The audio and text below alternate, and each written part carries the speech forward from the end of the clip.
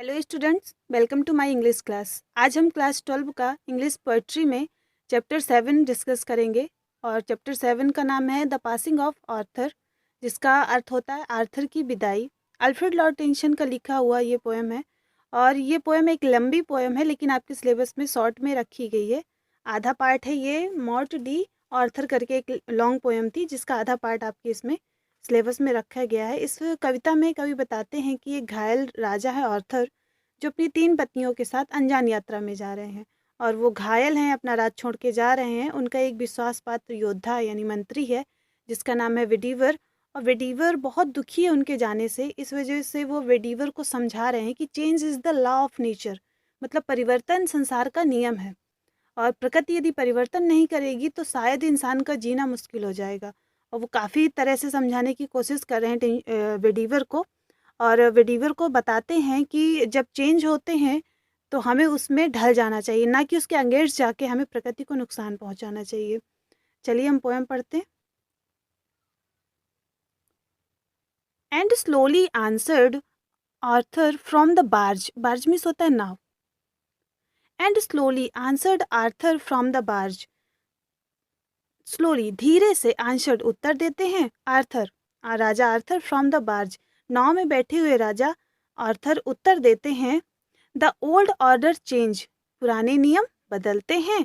Yielding place a new, yielding place a new, yielding means जगह देते हैं, new मतलब नए नियमों को। जब पुराने नियम बदलते हैं तब वे नए नियमों को जगह देते हैं। पुराने परंपरा बदलकर उसकी जगह नई परंपरा आती है।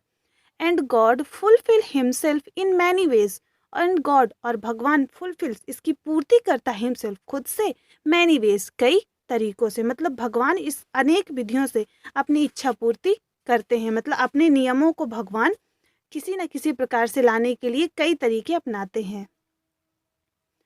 लेट्स वन गुड कस्टम, क्योंकि वन गुड कस्टम एक अच्छी, कस्टम मीन्स परंपरा, एक अच्छी परंपरा शुड करेक्ट द वर्ल्ड, कहीं संसार को भ्रष्ट ना कर दे। एक अच्छी परंपरा जब बहुत सदियों तक चलती रहती है तो कहीं ना कहीं वो करेक्ट हो जाती है, क्योंकि एक बात अगर हम कहें उसको कई तरीके से पेश किया जाए उस बात का अर्थ बदल जाता है। उसी तरह वो परंपरा जब चलाई जाती है तब कुछ और होती है, लेकिन उसका मिसयूज होते होते वो संसार को करप्ट करने लगती है। इसलिए आंसर देते हैं राजा विडीवर को समझाते हैं और कहते हैं कि संसार के जो पुराने नियम हैं वो बदलते हैं, उनकी जगह नए नियम आते हैं और इसके लिए भगवान कई तरीके अपनाता है, क्योंकि एक अच्छी परंपरा भी संसार को करप्ट कर सकती है, मतलब भ्रष्ट कर सकती है। कंफर्ट दाइसेल्फ, तुम धीरज रखो। व्हाट कंफर्ट इज मी, और अब मुझ में इतना धीरज नहीं है कि मैं तुम्हें समझा सकूं।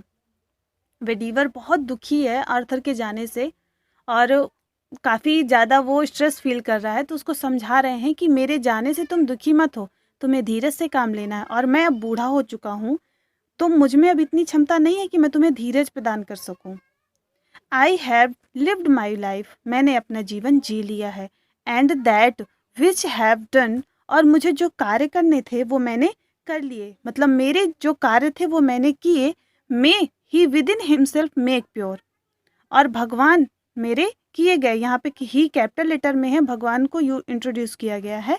हिमसेल्फ मेक प्योर, और भगवान मेरे किए गए कार्य को शुद्ध करे और मेरी गलतियों को अनदेखा करे। बट दाऊ, लेकिन तुम, if Dau should never see my face again, यदि तुम जीवन में कभी मेरा चेहरा नहीं देख पाओ, यदि मैं मर जाऊं, तुम मुझसे नहीं मिल पाओ, तो तुम कभी भी परेशान नहीं होना। वेडीवर को बार बार यही समझा रहे हैं कि जीवन इतना सरल नहीं है, अगर मैं तुमसे दूर जा रहा हूँ तो भी तुम्हें जीना है और हमारी बनाई हुई परंपरा को आगे चलाना है। तो if you should never see my face again, यदि तुम मेरा चेहरा कभी नहीं देख पाओ, प्रे फॉर माई सोल, मेरी आत्मा की शांति के लिए प्रार्थना करना। More things are wrought by prayer, more things बहुत सारी चीज़ें आर रॉट पाई जा सकती हैं बाई प्रेयर, प्रार्थना के माध्यम से। Prayer is the power of human being, इस समय प्रार्थना ही भगवान इंसान की सबसे बड़ी शक्ति है। Then this world dream of, इस संसार में जो भी चीज़ें ड्रीम ऑफ सपने के समान हैं वो भी हमें प्रार्थना से मिल सकती हैं। वेयर फॉर इसलिए लेट दाई वॉइस, तुम अपनी आवाज़ को राइज लाइक उठाओ अ फाउंटेन, एक फव्वारे की तरह, for me night and day, रात और दिन। इसलिए तुम अपनी आवाज़ को और अपने हाथों को हमेशा प्रार्थना करके भगवान के सामने रात और दिन मेरे लिए उठाना। तुम अपनी आवाज़ को बुलंद रखना कि मैं जहाँ भी हूँ, जो भी हूँ, सही काम करूँ, कभी गलत काम नहीं करूँ। बार बार विडीवर से यही कह रहे हैं राजा आर्थर कि तुम मेरे जाने के बाद दुखी नहीं होना। मैंने अपना जीवन जी लिया, मुझे जो कार्य करने थे वो कर लिए। अब वो भगवान को करना है कि वो मेरे कार्य सही थे या गलत थे। लेकिन तुम यदि कभी मेरा चेहरा नहीं देख पाओ तो मेरी आत्मा की शांति के लिए प्रार्थना करना। बहुत सारी चीज़ें इस संसार में असंभव हैं, लेकिन वो सारी चीज़ें पाई जा सकती हैं केवल प्रार्थना के माध्यम से। और तुम अपनी आवाज़ को और अपने हाथों को ऊपर उठते हुए फव्वारे की तरह मेरे लिए रात दिन प्रार्थना करना। For what are man better than sheep और गॉड्स? फॉर वॉट, क्या मनुष्य बेटर देन, ज़्यादा अच्छा है, सीप और गॉड्स, भेड़ बकरियों की अपेक्षा? कह रहे हैं कि मनुष्य भेड़ बकरियों से ज़्यादा अच्छा है। That nourish a blind life, और कुछ लोग ऐसे होते हैं जो नरिश अ ब्लाइंड, पोषित करते हैं ब्लाइंड लाइफ, एक अंधा जीवन जीते हैं विद इन द ब्रेन, मस्तिष्क के होते हुए भी। यहाँ आर्थर उन लोगों के प्रति इंडिकेट कर रहे हैं जो नास्तिक होते हैं, जो भगवान को जानकर भी उनसे अनजान बनने की कोशिश करते, दिमाग होकर भी उसका यूज़ नहीं करते। इसलिए कहते हैं कि कुछ मनुष्य ज्ञान रहित होते हैं, भेड़ बकरियों के समान अपना जीवन व्यतीत करते हैं। लेकिन जिनमें दिमाग है और भगवान को जानते हैं, वो भेड़ बकरियों से आगे बढ़कर अपना जीवन, क्योंकि भेड़ बकरियां भी पैदा होती हैं और मर जाती हैं, लेकिन सभी काम जो इंसान के पास है वो पावर किसी के पास नहीं है। Power of brain, power of mind, ये सारी चीज़ें इंसान के पास हैं।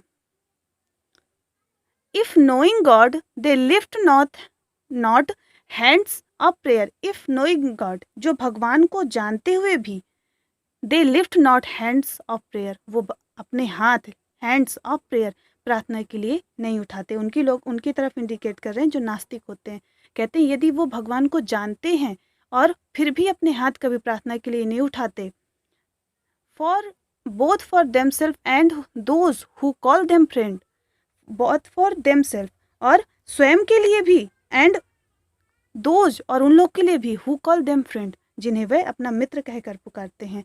कह रहे हैं कि ऐसे लोग भेड़ बकरियों के समान है, जिनके पास दिमाग तो है लेकिन वो ब्रेनलेस जीवन जी रहे हैं, उनके पास उस दिमाग को यूज करने का तरीका नहीं है। और भगवान को जानकर भी जो कभी अपने लिए और अपने दोस्तों के लिए कभी प्रार्थना के लिए हाथ नहीं उठाते, ऐसे लोगों का जीवन भेड़ बकरियों से भी खराब है। For so the whole round earth is everyway. For so, क्योंकि, होल राउंड, पूरा, जो संपूर्ण, जो समूची जो पृथ्वी है, एवरीवे, चारों तरफ से, बाउंड, बाउंड मीन्स बंधी हुई है, बाय गोल्ड चैन, सुनहरी सुनहरी कड़ियों से बंधी हुई है, about the feet of God, भगवान के चरणों से। और वो सुनहरी कड़ी क्या है? वो सुनहरी कड़ी है प्रेयर। कह रहे हैं कि ये समूची जो पृथ्वी है, ये प्रार्थना की सुनहरी कड़ियों से, भगवान के पैरों से बंधी हुई है। प्रार्थना हमको डायरेक्ट भगवान से जोड़ती है, क्योंकि जब हम आस्तिक होते हैं, हमें भगवान पर विश्वास होता है, तभी तो हम प्रार्थना करते हैं, और हमारी प्रार्थना कभी ना कभी रंग लाती है। और इसीलिए हमें हमेशा अपने लिए और अपने दोस्तों के लिए प्रार्थना करनी चाहिए। Bound by gold chain about the feet of God, और यही प्रार्थना हमको हमारे भगवान से जोड़ती है, और इसी सुनहरी जंजीरों से पूरी पृथ्वी बंधी हुई है। एक दूसरे पर बांधने का सिर्फ एक ही तरीका है, भावनाओं से आदमी बंधा हुआ है, किसी से कोई शारीरिक बंधन नहीं है, केवल आदमी भावनाओं से बंधा हुआ है। बट नाउ फेयरवेल, लेकिन अब मैं विदा लेता हूँ, अब ये विदाई का समय आ गया है। और वेडीवर अब यहीं से समझा रहे हैं, इस वेडीवर को समझा रहे हैं कि अब मैं विदा लेता हूँ और मुझे एक लंबे रास्ते तक जाना है, तुम अपना जीवन जीना और हमेशा अच्छे कार्य करना। ये पोएम आपकी कंप्लीट हो गई। इसका सेंट्रल आइडिया नेक्स्ट वीडियो में आपको मिल जाएगा।